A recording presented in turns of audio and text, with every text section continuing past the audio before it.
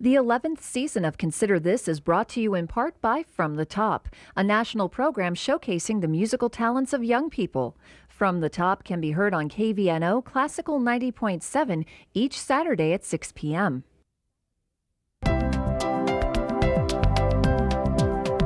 Consider This, a program of issues and information behind today's news. Oh, yes. Yeah, definitely. Quincy Watts again to Adam Wright. Big hole right to the outside, across the 40, down to the 35, inside the 35-yard line. Second down and 9. Fake handoff, Guidry back, throws long downfield, and Tim Sullivan is there with the reception. Those guys are blocking up front. That's how great things happen, but he had nothing but daylight. He just took the ball and ran with it. Talk about a journey through time. 90 years of television viewing rolled into about 30 seconds. Hi everyone, I'm Kathy Wyatt. Welcome to this week's edition of Consider This. Today's topic, the digital age of TV. Joining us today to talk about the switch are Scott Cranehagen, Director of Broadcast Operations for Action 3 News, and Gary Repair, Executive Producer for UNO Television. Welcome to both of you, and thank you so much for joining us. Thank you. Scott, we're going to go ahead and start with you. Just what is digital television? Well, it is a pretty complicated issue. There's, without getting too technically into the terms, high definition television and digital television run in the same vein, but they are two different things. The digital television is television evolving, similar to what we've seen with cell phones, going from analog systems to digital systems, or similar to AM and FM radio. The high definition side of that is a increased resolution in television picture. Traditional television picture gives us 525 lines of individual video that comes across your screen. The new high definition is capable of shooting up to 1,080 lines, so almost double the lines of resolution, so you get a lot clearer, cleaner picture. Okay, and we are definitely going to go more into those differences a little bit later on in the show. For now, before we go too far ahead, Gary, if you could back it up a little bit and talk to us about the history of television starting in about the 30s. All right, well, work with early television began even prior to that in the 20s. In fact, there were some working prototypes of color television systems in the late 20s, but black and white television came about in a kind of a official way in 1939, where there were actual programs being broadcast and sets available for people to buy. They cost $200 to $1,000 back then, which was incredibly expensive back in that era. And not very many people bought them. They would spend $10 on a radio. The radio networks were very mature at that time and programming was there, so people opted for that. But it was out there officially. And then in 1941, there was a monochrome standard set, a black and white standard for television broadcasting. But color was also being refined at that point. World War II came along and there was a halt put on any kind of further work in television at that point. All those resources went into the defense industry. When the war was over, people were interested again in new technology and whatnot, and television became more interesting to people. More programming was produced. There was a bigger demand for the black and white sets, and their color was revisited. And there were a couple of different experimental systems out there.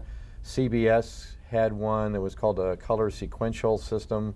Big unwieldy thing. It had a color wheel inside it, and this wheel was 3 times the size of the screen. So if you had a 12-inch screen, you had a 36-inch wheel inside this thing. So a big screen TV, you know, was a 12-inch was a big screen back then, and it was temporarily adopted as the standard by the FCC and its subset, the subset of the committee that decided what the standards were.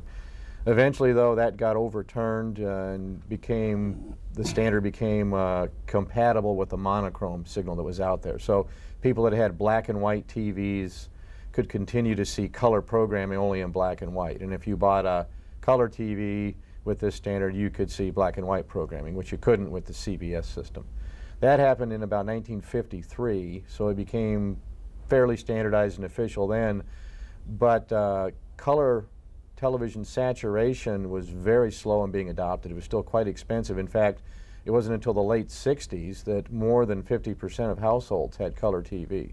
So it took a long time, and it was into the 90s before the majority of people had, the vast majority of people had color TVs. You know, and you would think, well, color TV was around for a long time, but second and third sets were still black and white, and they were cheap, and that's what people had.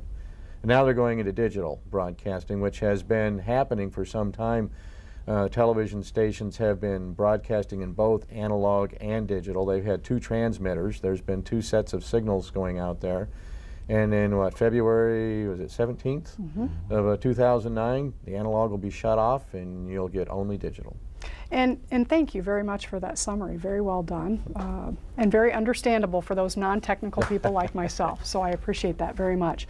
Now, Scott, you had kind of talked about this a few minutes ago and mentioned the 2 words analog, digital. We're going to be talking about those quite a bit here.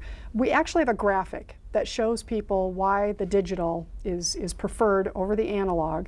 And so if we could take a look at that graphic and tell us really the 3 biggest advantages. Well, the transmission is set up to roughly be equal to our current analog transmission throughout the country. The higher picture quality and sound allows us to send out high definition pictures that are roughly twice the lines, and it's amazing resolution for picture quality. You see real life things on the video now. And as well, it allows us to send 5.1 up to 5.1 surround sound audio along with this. So you get a real theater-like audio video out of your home set. The other aspect is it enables stations to broadcast multiple programming. With the digital technology, those that have now set up digital sets in their home see things like 3.1, and in the future we'll be able to put 3.2. Any TV, I believe, has 4 to 5 channels I've seen up at a given time. Now, granted, not all of them can be in that super high quality resolution, but multiple program choices are going to be yours available over the air rather than through a cable. Okay, excellent. And one more graphic to put up before we get too much further. Scott had also alluded to the differences between the digital and the HD TV. Talk to us, Gary, about the differences between high definition television and standard definition television. And maybe before we do that, Scott did a very good job of talking to us about the differences, but if you could just recap again for those people who might be a little bit confused between digital and high def. Well, I kind of like the dogs and animals analogy. All HD broadcasts are digital, but not all digital broadcasts are HD. So you have 2 kinds of digital. You have standard definition digital broadcasting. It has the resolution that we currently have now. It's not any higher resolution, but it is still a higher picture quality. It's the wider screen format, close but not exactly the same as a movie theater screen. It's wider. You have better sound capabilities, things of that nature. High definition is another form of digital. It is sent digitally, but it has double the resolution. You have the potential of 5.1 surround sound, things of that nature. So both are digital, but not all digital broadcasts are HD. Okay, and if we talk a little bit more about differences, there is a cost difference between what someone might have in their home and be receiving the digital versus equipment that they can actually purchase so that they can have the high definition. Scott, can you talk about the price difference for people so they're aware of that? Well, the biggest thing I'm sure everybody's seen now is the price of the televisions that are out there. You go shopping and you see a $400 or $500 up to $1,000 television set that's equaling on the size of a 32-inch set. Those prices, fortunately, are falling off very rapidly as digital television is coming into its age.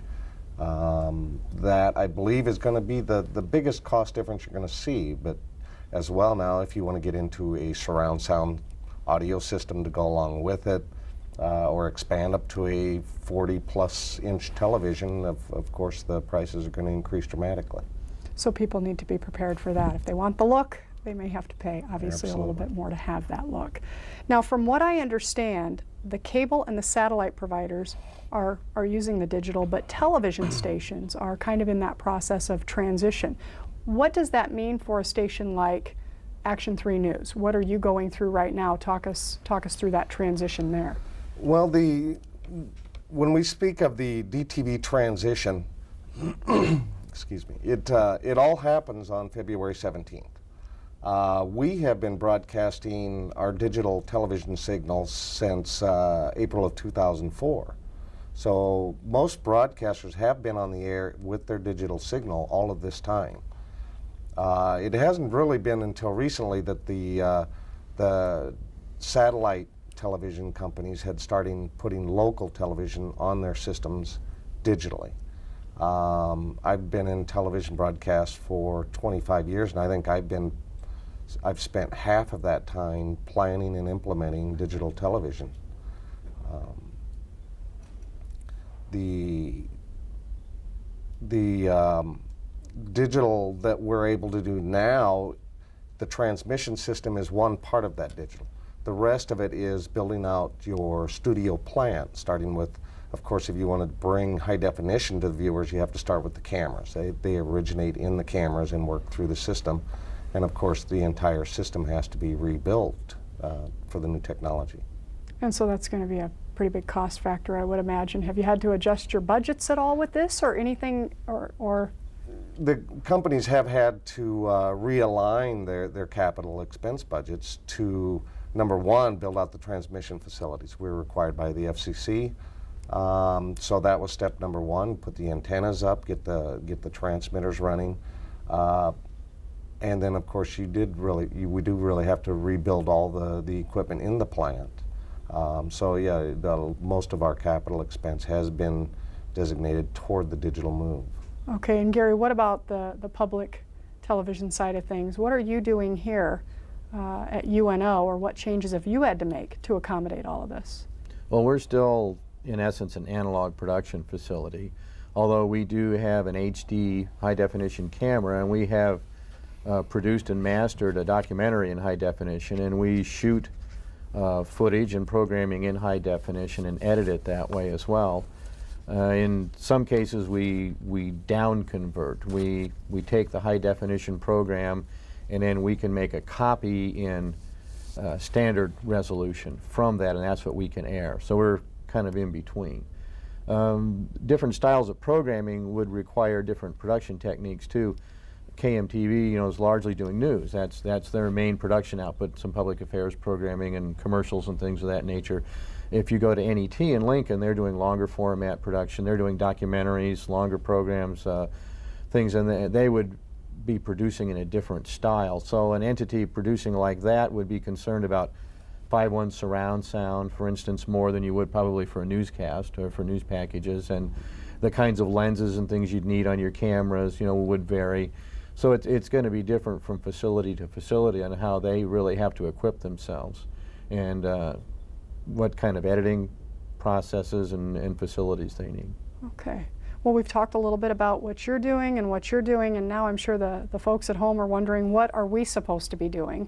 And to get some insight as to what types of questions have been coming across, I put in a call to Cox Cable and talked to a representative there and said, list for us your top 3 questions that you've been receiving from your customers. And we have a graphic of that we'll put up for folks so that they can see it. And what I'd like to do is, first of all, the 3 questions: what should I do first to prepare for TV's digital transition? Secondly, how do I know if my TV is digital ready? And finally, will I be able to watch digital television on my old analog TV? And what I'd like to do here is, Scott, if you would like to field that first question, what would you tell a viewer if they called with that one? Well, it's to prepare for the digital transition means, number one, you have to identify if your television is able to receive digital or if it's an analog receiving television. Now, if you have a over-the-air antenna, of course, if you're connected to subscription services, you won't notice a thing. Now, the local broadcasters, all of the over-the-air broadcasters, we are working right now to provide a test to the public. We're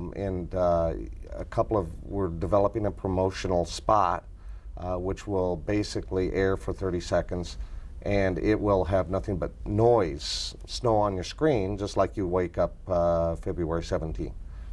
And it'll have a number for you to call, because if you see this test, that means you're watching us directly over the air with an antenna on the analog system, and that's the only system we'll send this test to. And you'll know immediately that you have to do something. Very good. Okay, so and when is that supposed to be run, did you say? We're working on the airing schedule for it now, but it'll air a few times, I believe, in September and December of this year. Okay, so once that's put up and people understand kind of where they are with things, what action do they take then? You will have to, of course, you should have heard by now of the converter box, the digital converter boxes that are out there. I've been going around speaking to the public as well, showing them demonstrations of the little converter boxes. The government has a converter box program where you need to call or write or fill out an application online, and you can get up to two $40 coupons for converter boxes, which you then have to take to some of the area retailers and pick up your converter boxes so that you can use an old set. Okay, and we have actually a graphic with that information. We'll go ahead and put that up now so that people have that in front of them, and we will put it up again at the end of the show as well. But this is exactly what Scott's talking about, the government coupon program for digital TV converters. There's the phone number, 888-DTV-2009, pretty easy to remember. Or as Scott said, you can apply on the internet, and there is the website, www.dtv2009.gov. And you can do that until March 31st. Okay, so I'm seeing March 31st, but we also heard February 17th. So talk to us a little bit about that extension there, Gary. So it's really not having to happen, or why is there a difference between February 17th and March 31st?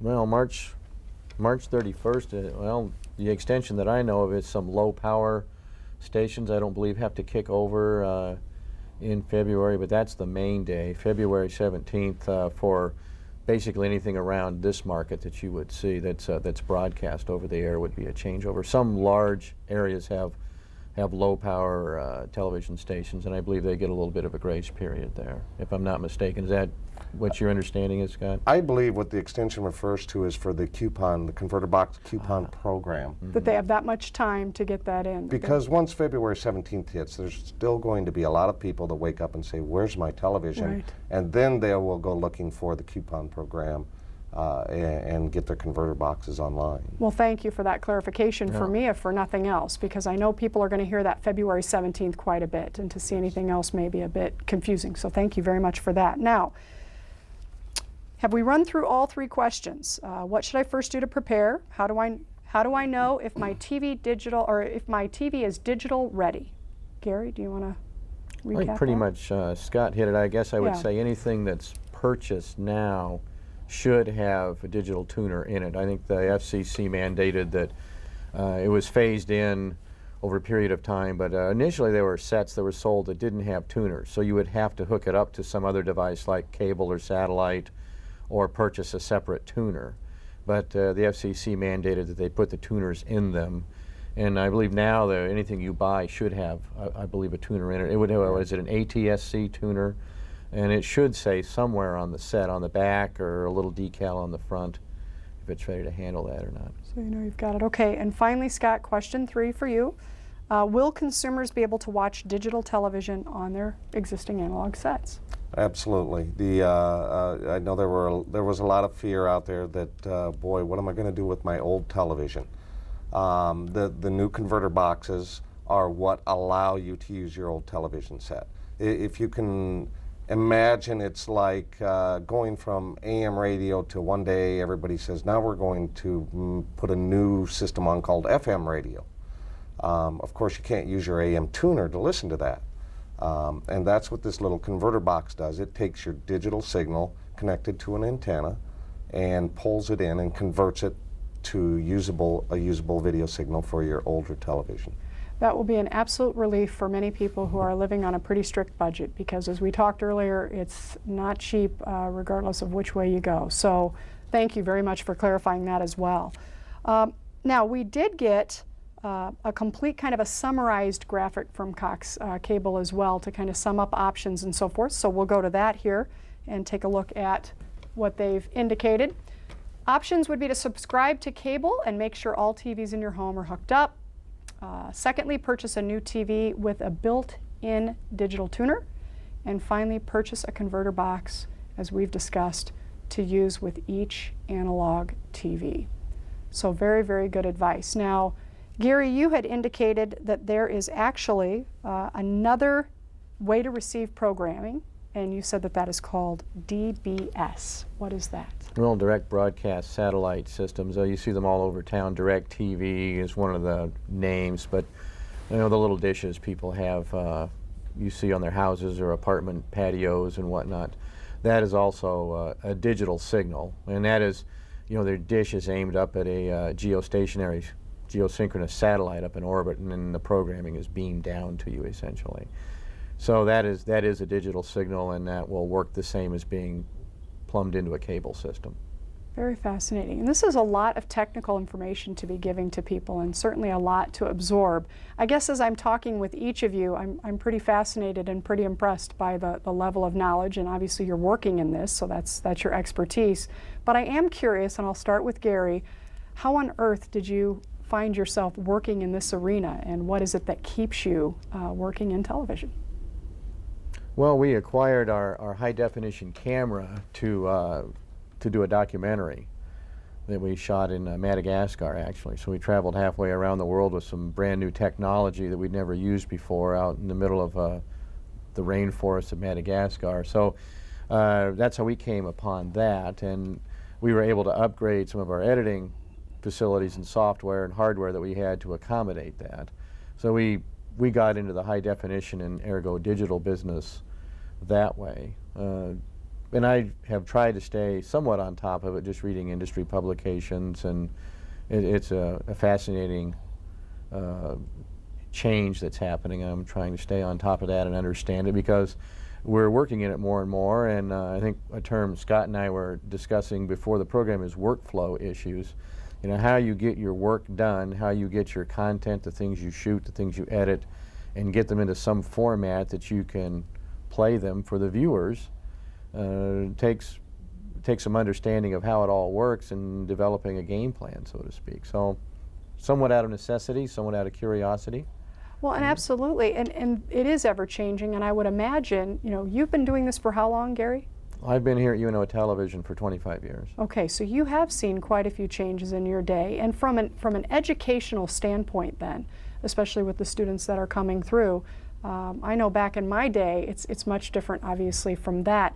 How do you then, you know, how are you able to effectively communicate all those changes with the students that are coming through, especially now when I hear of all the differences from an educational standpoint? Give us a little bit of perspective. Well, actually, on the educational side and the student side, the production classes they're involved in and enrolled in are beneficial, because if they're doing field production of any kind, they're using digital cameras, digital tape, they're editing nonlinear editors, they're into this digital world. It may not be high definition yet, but you know, they're getting used to acquiring content that way digitally and working with it and putting it together, and they are able to save things to hard drives instead of videotapes, and the tapes they use are digital. The information shot through the camera is converted to ones and zeros and put on the tape, instead of the old way, or it used to be all the information about the color and whatnot would be recorded magnetically. Well, now it's ones and zeros and reconstructed the way you want it to, with lots of ways to mess it up or improve it, I guess, depending on how you look at it. So they're getting into it in a much easier way than we did, and people learning about it kind of in a second-hand way. And Scott, you've been doing this for a while. You said, how long have you been doing what you do? And it's been over 25 years I've been in television, and I started directly out of tech school and got into the local station in Sioux City, migrated here to Omaha, 6 years ago. And I started in television shortly after the change from film to videotape. After seeing all the changes, I've gotten into the engineering side because I'm a techie at heart, I think, and it's a passion to see these new technologies and figure out how to apply them. At Action 3 News, one of the biggest changes here a few months back, we just went all digital, tapeless operation. So there is very little tape, and it's just the archive stuff that's left in the building. We go out and shoot 2 little memory cards. You come back, you throw it in the computer, you edit it, hits the air and plays out, all with the new technology. That's pretty fascinating. Now we have about 30 seconds for each of you left here. Future of TV. What do you see down the road, Gary? It changes so rapidly, it's so hard to tell. What a contrast I see that amazes me is all the money that's been put into converting to high definition and digital, and everybody's going to YouTube to watch things when they want, as they want. Okay. Scott? I think you're still going to see new innovations, higher resolutions. As we speak, there's 3D HD out now where you can put 3D glasses on, and I've seen actual demonstrations of it that is just amazing, and we'll see some real amazing things coming down the road. I would imagine so. Well, very fascinating. We appreciate both of you having shared all this information with us today. And again, this switch is supposed to be completed by February 17th of 2009. I do want to put the graphic up again for folks where they can go ahead and receive information about the digital TV converters. Again, that number is 888-DTV-2009, or you can apply on the internet at www.dtv2009.gov. Until again, that date is March 31st, 2009. So we wish everybody the best of luck with making the switch. And again, thanks to the two of you for joining us today. We appreciate it very much. And thanks to all of you. We'll see you next week.